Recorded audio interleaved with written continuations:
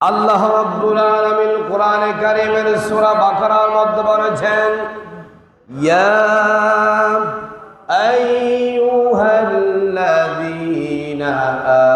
আমানু কুতিবা আলাইকুমুস সিয়াম কামা কুতিবা আলাল্লাযীনা মিন ক্বাবলিকুম লাআল্লাকুম তাত্তাকুন। আল্লাহু আকবার।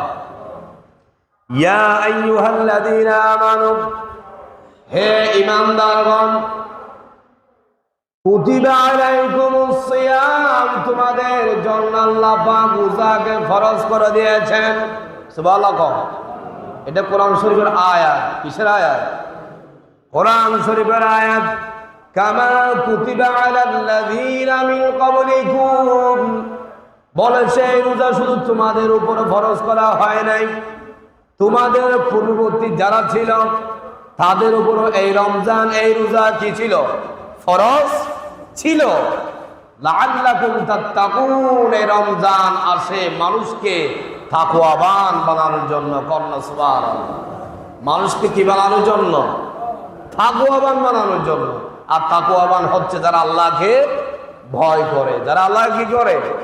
ভয় করে। তারাই হচ্ছে কি? তাকওয়াবান। তারাই কি? তাকওয়াবান।